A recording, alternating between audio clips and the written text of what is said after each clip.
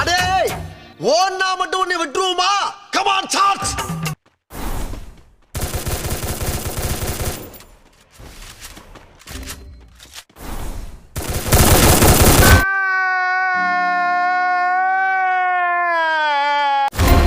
இந்த வந்துட்டானுங்கல்ல, என் செல்ல வந்துட்டானுங்கல்ல. வாங்கடா. நான் திரும்ப வந்த உடனே தூத்துக்குடி டவுனுக்குள்ள ஏகப்பட்ட பட்டாசு வெடிக்கும். அதுல சிக்கிறவெல்லாம் சின்னப்படமாயிருவீங்க.